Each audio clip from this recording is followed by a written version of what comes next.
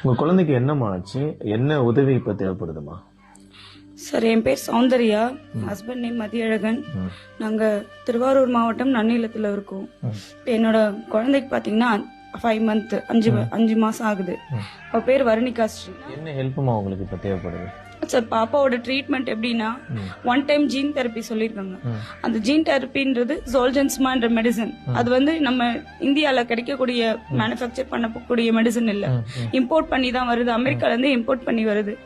So அதோட cost பாத்தீங்கன்னா 16 crore, 16 கோடி. இப்ப பாப்பாக்கு வந்து 16 crore மெடிசன் அப்படின்னு சொல்லும்போது எங்களால அது தாங்கிக்கவே முடியல. மக்கள் கிட்ட நாங்க ஒரு சப்போர்ட் கேக்குறோம்.